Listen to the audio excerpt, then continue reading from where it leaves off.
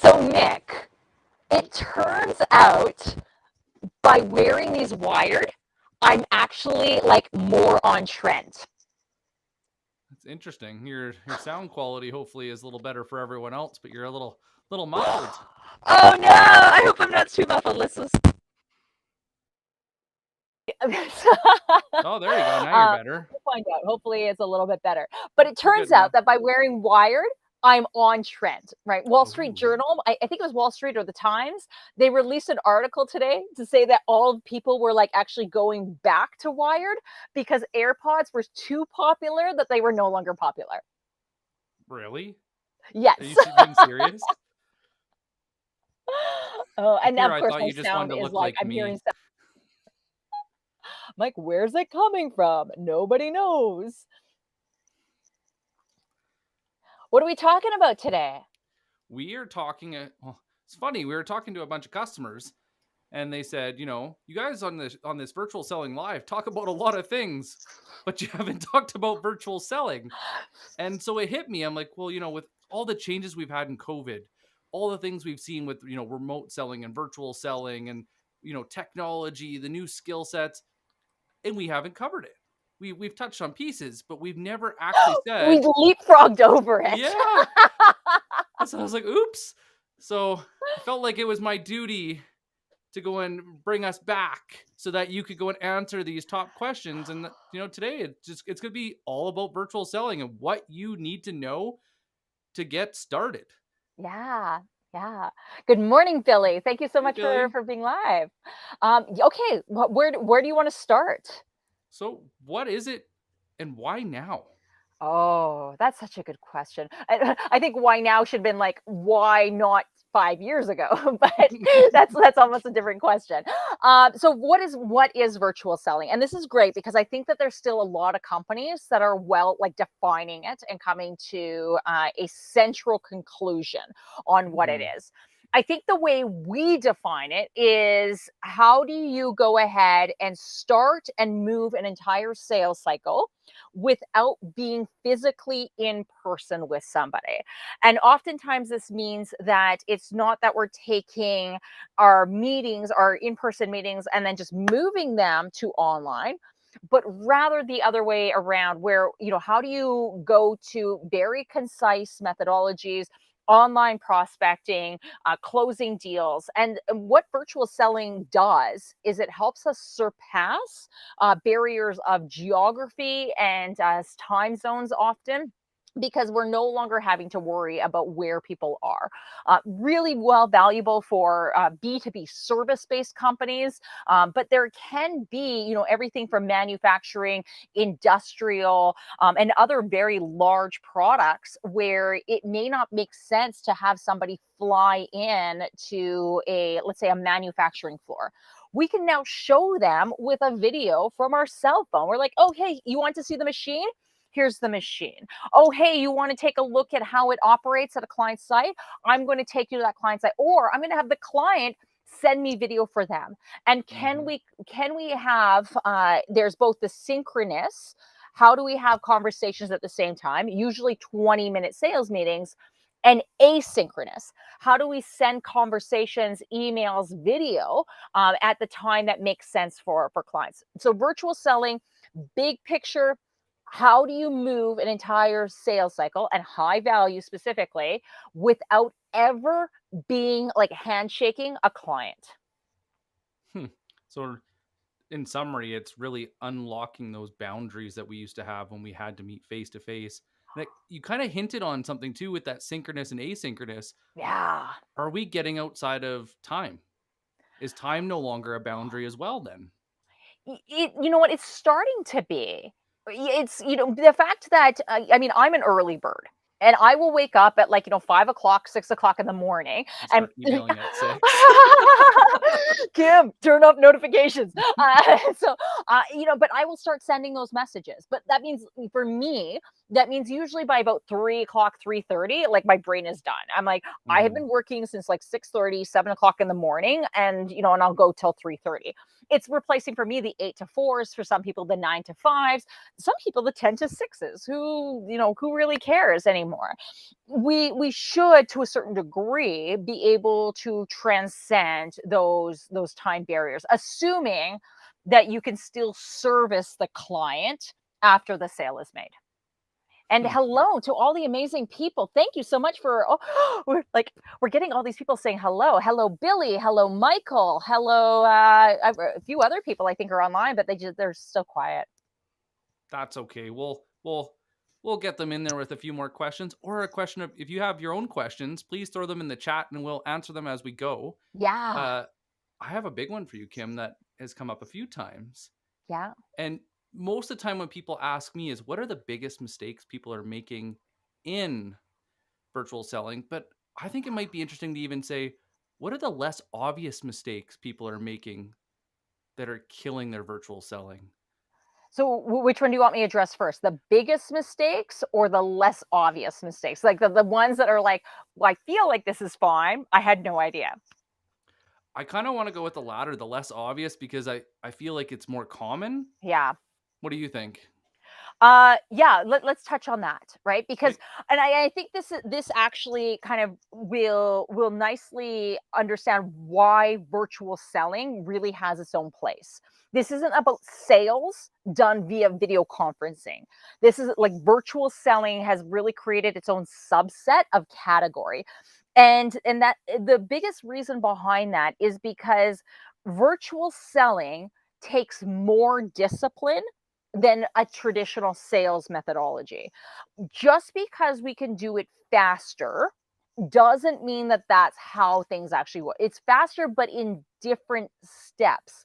So think Okay. of this like, where if we took an analogy of traditional sales being a sidewalk, virtual sales is stepping stones.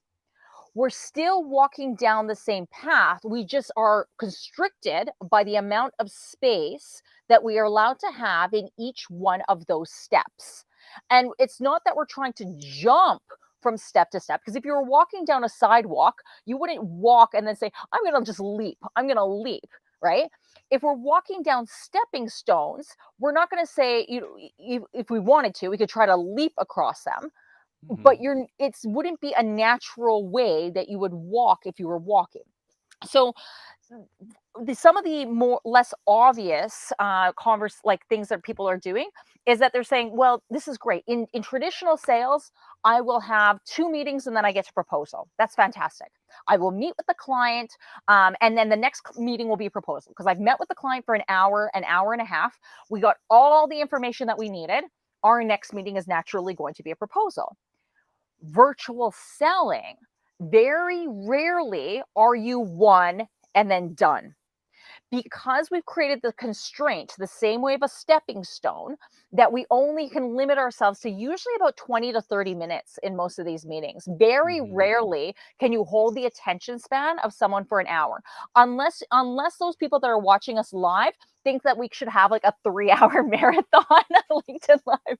Or would you watch us if we were an hour and a half? I don't know. But we're constrained by about a 20-30 minute meeting, which means that we're not getting as much information. And ironically, we're also very specific on the information that we're getting. So smaller stepping stones, right? Hmm. And it might be 2, 3, 4 meetings of 20 minutes apiece.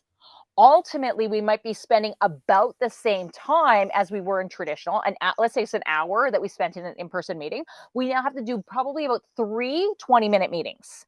And then we're at proposal. Billy wants to Billy's answer.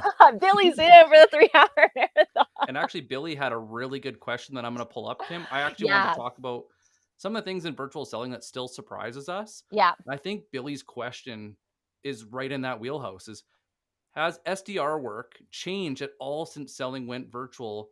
And what do the numbers say? Oh. Great question. You know what? It's such a great question. And Billy, I'm gonna give you kind of like a little bit of a flaky response. I think we're still deciding that, and it's by company by company. The prospecting side of virtual selling, the concept of it is that everything now needs to be done virtually. Emails, video prospecting. So if you're not already doing video prospecting, you need to start training your team how to do this. This isn't a question of, well, if it ever comes down to it. No, it's a when, right? If you're Mhm. not doing it now, like, when do you think video prospecting is really going to take over? Is it going to be 2022, 2023, 24? Like, when is that? Let's start training your team now for that. Um, are your emails concise, right? So we're seeing more and more evidence that shorter emails are the ones that are getting the fastest response. Text messaging. Are we looking at LinkedIn on prospecting, direct messages? We're now seeing, and this is the one thing I've had a love hate with Sales Navigator for a really long time, and now I finally have a love for Sales Well, they Navigator over finally the hate. upgraded it to make it decent. It was so crappy before. It was like, I don't understand what I'm paying for, right? Like, I can do the exact same thing on LinkedIn. But now, when it incorporates within the CRM, right? They do this seamlessly with Microsoft Dynamics and with Salesforce. It's still not quite there with HubSpot. And then there's a few other CRMs that I think maybe there's some type of API. But to know that all your communication is housed in one spot, because we need to look at the fact that if I send you a LinkedIn DM, that's no different than if I'm sending you an email. That has to count as an activity, right? That Mhm. is a conversation. So yes, the SDR's role has changed. They have to be much more. They've always been kind of relationship oriented, but now I'm talking to many. I'm not just trying to have a conversation with one. And SDR really has to be focused on, how do I have a conversation with many, many, many, many. Like, the SDR, in my opinion, is going to really like intersect the marketing and that salesperson. I think that is the hidden link between a lot of companies, is how do we take those marketing messages? How do I, as an SDR, add on my own commentary and then try to create a conversation around that, ultimately asking for a meeting? I agree. And going back to your question, Billy, I would say that a lot of SDRs are really just field marketers, depending on where they stop in the process. Yeah. And the beauty of going digital is now, instead of talking to one person, you can talk to 1,000, and you can cherry pick just the people that want to talk to you. Before, remember, Kim, when they'd give you your territory plan, or they give you your call list, and you would call, Yeah. and what, you talk to, well, I guess back in the day it was better than the 2% now, but we'd only talk to what, 10, maybe 20% of that list, and Yeah. one by one every single time. And then email, we could mass sell some, or like mass send some emails, but there was no personalization. Oh, you didn't have to personalize, right? People were just happy to get an email. It's true, actually. They sent me an email. I remember, so this is gonna really age me. I remember trying to, and please put in the chat if you remember these things.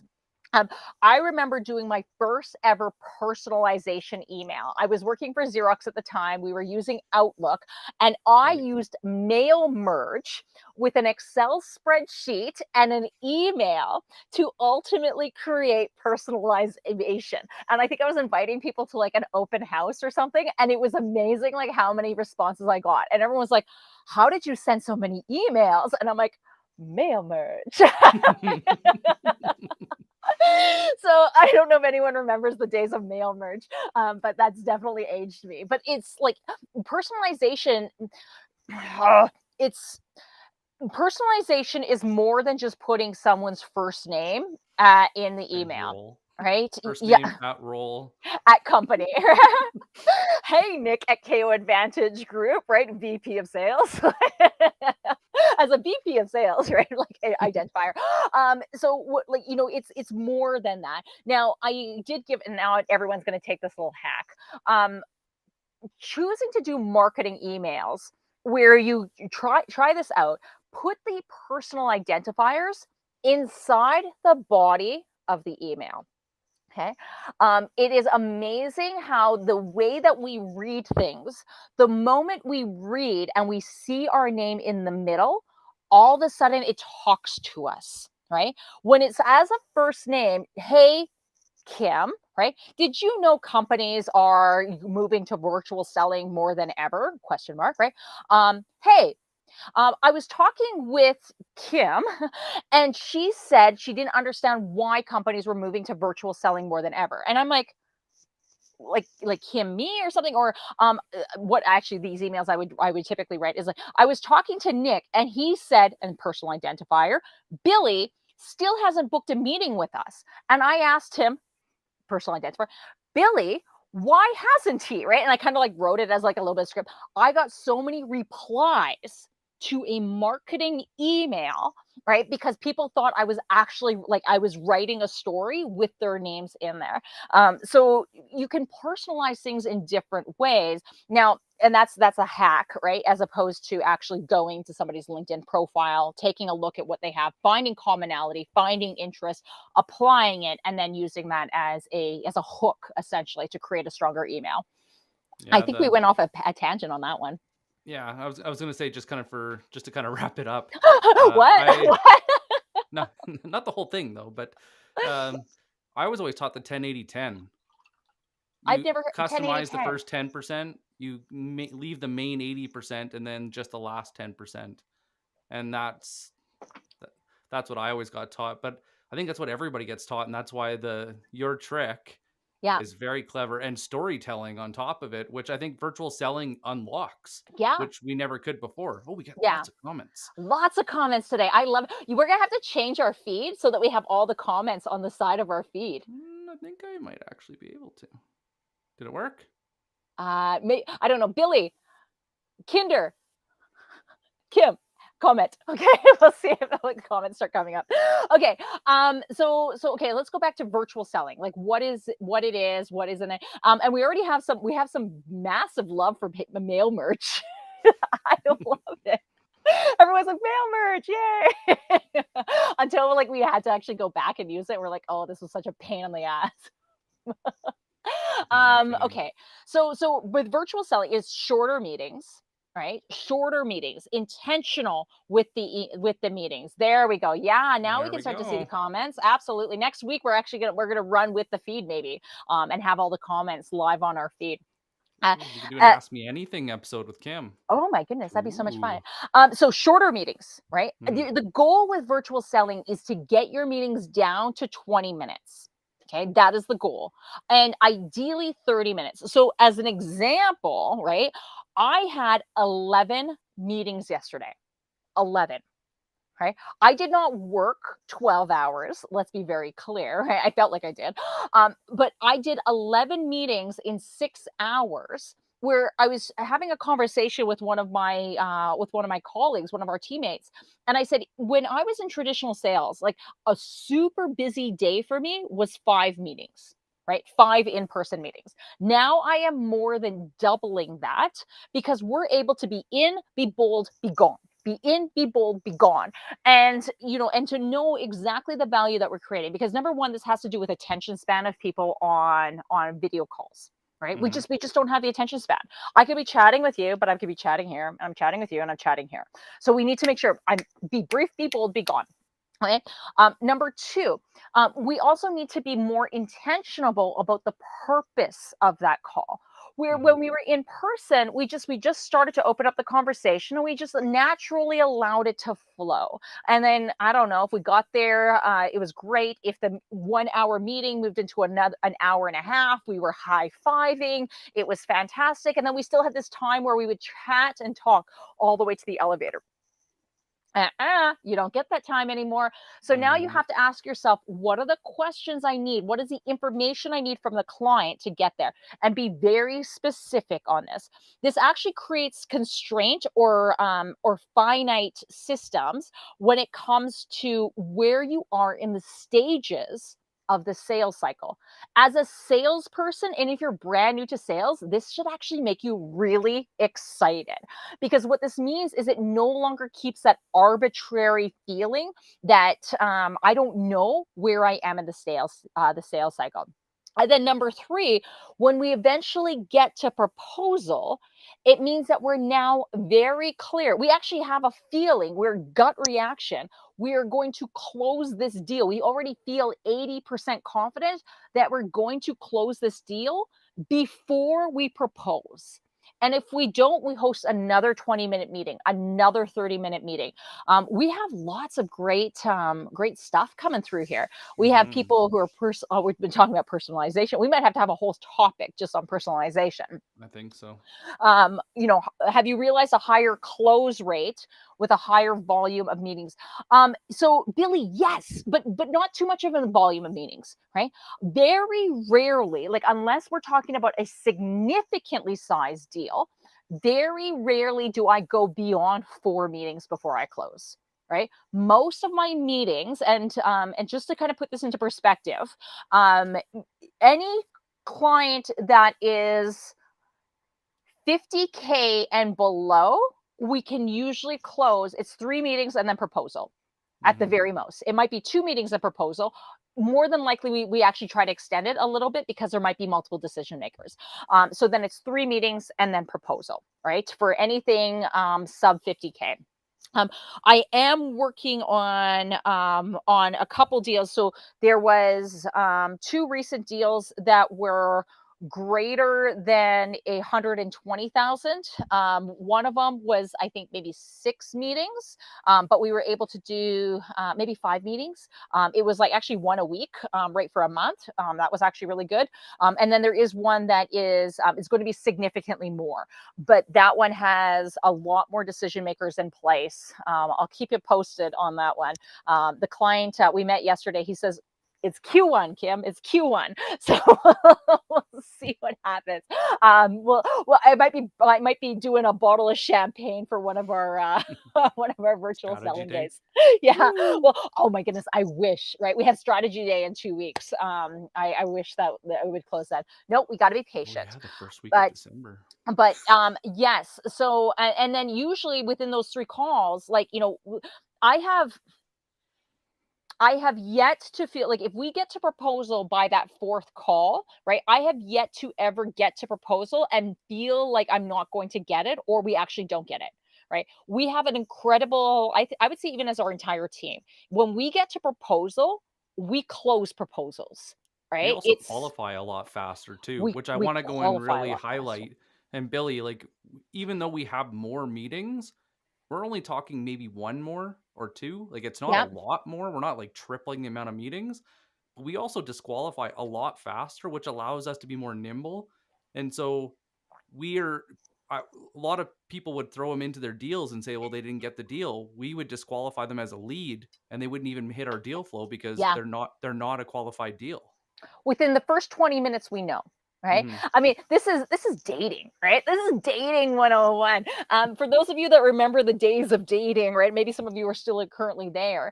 I got to a point when I was dating that I no longer booked dinner as a first date, right? And especially dinner and a movie and like you maybe an after movie drink or something because that was so much time wasted, right? Like I would actually book a 20-minute like coffee date during my lunch hour at work. Because now I was so constrained. It's speed It's like dating. speed dating. Because now like you kind of know right away whether you want this or not. I've said this before and I'll say it again. I mean, one of my very first questions that I ask in almost every single client interaction is like, what are your goals for yourself in the next 6 months? Like, what do you want in the what do you want to achieve in the next 12 months? And Mhm. usually from that response, I can determine whether we are going to be a good fit or not at all at that point in time. And so that's kind of like the first level, but the same thing, right? I mean, we go through our lead qualification questions. We talk about financial plans. We talk about, how decision making process is going to work or who else is going to be a part of this. And even more critically, we talk about timeline. And understanding all of that, we very quickly know that this is going to be fit. Now, if someone is not clear about where they want to be in 6 months or 12 months from now, bye Felicia, right? Like I'm out of there, right? Because how am I, as a vendor, supposed to tell you what your goals are supposed to be, right? Well, I don't know. Like, why don't you tell me what kind of work you do for people? We do a lot of work for people. Like, we have one product and service offering. Let's be very clear. Different people will see it impact their businesses in different ways. Generally, it's all kind of in the same. But if you don't know what you want, I'm not here to tell you. And so I only want to work with people who in general are very clear about what they want as a result. And then we work and we talk a lot about that result and what's it going to take to get to that result and how we're going to work together to help get there. Wow, we had so many comments. I love this. Do you want to go and jump into the comments quick, and then I'll circle back? Yeah, I have a big question for you, but I think it would be good to go dive into it after you go and do Albert and Jonathan's question. yeah. So I'm gonna go and pull up Albert's question. With virtual selling outreach seeming to resemble marketing material, how important would you say the relationship between the sales and marketing departments will be as virtual selling evolves? Great Ooh. question. Ooh, so good, Albert. Thank you. It's always been critical, right? Marketing and sales have always had to align. Now, I do come from a controversial thought that marketing, as virtual sales continues to evolve, marketing really needs to take the place and understand that their place actually comes post sale, not post sales, but they're actually after the sale as opposed to before. And marketing should really be talking a lot more about the results, about impact, about where we see the client in the future, not who we're looking for before we begin, right? So when we end up saying, I think I touched on some nerves here. So we definitely want to make sure that they continue to talk, but sales still will need, like, still will have to be like a personalized outreach. Will still be one to one. Marketing just has to help make it fun and reasonable. I also think that the other conversation that we're going to have at another future date will be how will sales, the sales role evolve the way the marketing role has evolved, because marketing has become much more established around dashboards and analytics data. Sales is going to be the same thing, and I think salespeople have to get prepared for that future. I I somewhat disagree, but I agree. I think that sales for too long has been told to focus on just new business, and there's been very little money invested into the land and expand. And this is why so That's many marketing's role. companies, but is it? Or should it all be divvied up?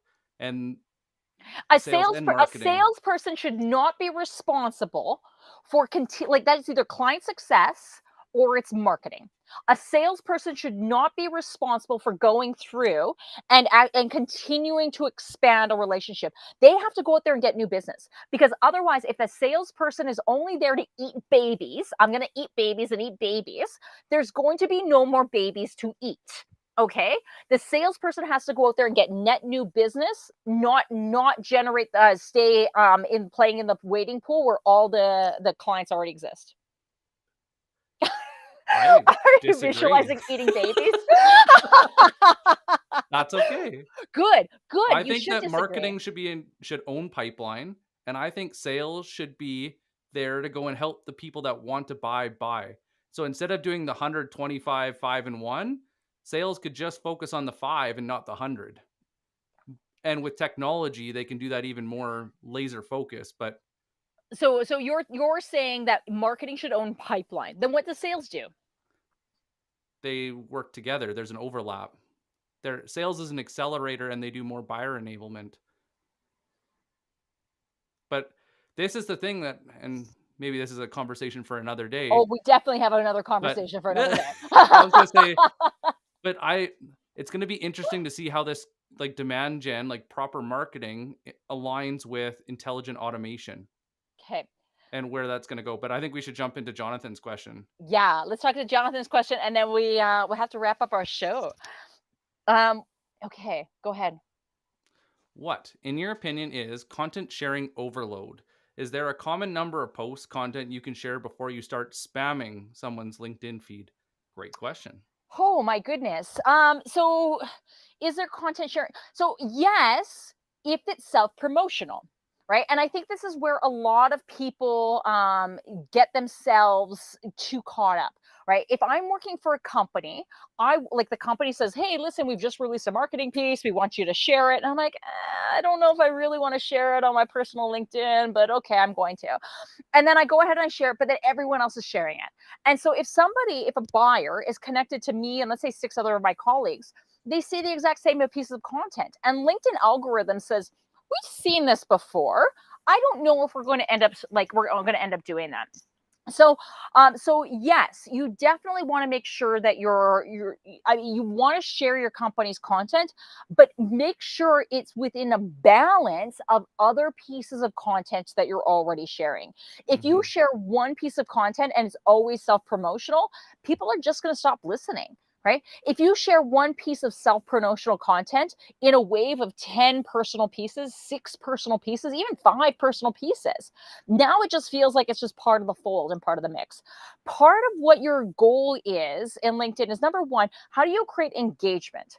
How do you create a story? How do you get people to start like commenting, sharing, liking, like being a part of a conversation?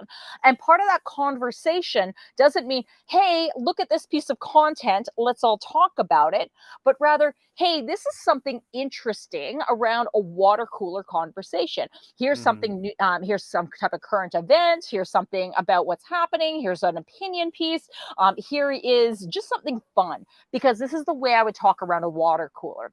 And when Hmm. we involve that as part of the greater picture, it's a lot easier to not feel like you're spamming somebody. I have a question that has been asked to me quite a few times. I'd love to get your take on it, and then I don't know if you want to do a quick couple questions and answers before we call it a day, but we can deal with it then. If you had an extra $10,000 to invest in virtual sales, what would you do? Oh my goodness. Okay, so I have $10,000 and I need Hmm. to do I have a salesperson, or am I like a business, like where am I sitting in as terms of a company, because that's going to make a big difference for me. So let's say you have an existing sales team of 10 people. Okay. So I have an existing salespeople. Then I would definitely invest in Sales Navigator for everyone if they didn't already have Ooh, it. yeah. Right. And make For sure it integrates with the CRM. Yeah, with $10,000, with a sales group of 10 people, that should be enough. I would make sure that they're very well trained on it. I wouldn't just spend it and then go ahead and invest it. I would either do invest like 5,000 on training for it, and then the Hmm. other 5,000 on seeing on who was able to do it. Otherwise, I would invest $10,000 on LinkedIn training and then see out of the freebies that we can create on the LinkedIn, where does it make sense for us to make the additional investment inside Sales Navigator. Now, if I was a small business and I only had a team, I would definitely train that team with $10,000 on sales training. Now, why didn't I say sales training for the bigger team? Because I'll be honest with you, $10,000 isn't going to get you training for the team on virtual selling. Yeah. You would really need somebody on the team to be a champion for that, unless you were ready to completely invest. Because I truly believe that the way we navigate a conversation in a 20-minute call is so much different than the way we navigate a conversation in 60 minutes in person. You Hmm. have to be tight, you have to be concise. We spent in the sales training class I did this morning, we spent 25 minutes on a breakup email for a client. And by no means, like, people said, like, number one, this is way better than anything I'd sent in the past. Number two, they're like, I could probably easily spend more time on this. But now that I've spent 25 minutes, like, it's so much clearer. Right. You want to spend more time knowing the conversation that you have so that you can spend less time overall in the entire sales cycle. Right. More time up front, less time overall. But yes, I would either invest specifically in a technology if I had a bigger team, but train them on it. Make sure you're well trained on it. Don't just give them a technology and hope that they're going to be able to figure it out. Hmm. Otherwise, I would spend specifically on training. All the sales leaders and managers that are listening right now, those are some good questions to ask yourself. Uh, Mm. I think we have time for one question from the community. I can make time for one more, and then we're shutting her down. Okay, so And you have to see us next week. Do we have a posting for next week, or follow on the KO page to get notified? yes, they're for the event. And I'll be reaching out to more people. So next week, just while we're waiting for a question, is going to be the future of sales. 22. Mm. Yeah, it's first week of December already. We're coming up with some predictions for 2022. Oh, I have so many predictions for 2022. You're gonna have to definitely show up on that show to number one, give your predictions. Let us know what you think is going to look, what sales is going to look like for next year, uh, and then we're going to discuss what our opinions are for that. And please, any questions that you have, send them to me via LinkedIn. Throw your comments in there so that Yeah. I can make sure that Kim's getting all your questions. Doesn't look like we have anybody jumping at the bit to go and ask us a question, so I think that is Actually, time. Kim had one earlier on. I'll just address this one. She says, I'm still having success starting a message, then phone call with set to Zoom meeting. Are we trying to close on the Zoom call face to face? So, yes, assuming it's not the first call, unless you're purely transactional, right? You can definitely close the deal without setting. And if 2020 and 2021 have taught us anything, it's that deals can happen now entirely without having to be in front of the clients. The big deals I use as the examples, right? Anything sub the 50,000. Greater than that, there was the one with 120. We were in completely different time zones. We were in completely different geographies, and we were able to close the deal that way without ever. I've yet to see the people. I joked with the group today. I said, Won't it be a funny day when I show up and you guys all realize I'm 6'2"?" We'll have to have a contest. Be like, how tall is Kim? I All guess a right. lot of people haven't seen them. So Yeah, yeah. thank you, Thank you. Billy. Thank you, Kinder. Thank you, John. Thank you, everyone. Thank you, Liz. Thank you for joining Yeah. us. Thank you for your great questions. And we can't wait to have you back this time next week for Kim's predictions of 2022. Yeah, Tom, Elizabeth, Jonathan, Albert, it was an absolute pleasure. Thank you all so much for very much watching and being so talkative today. I appreciate it. Take care, everyone. Bye.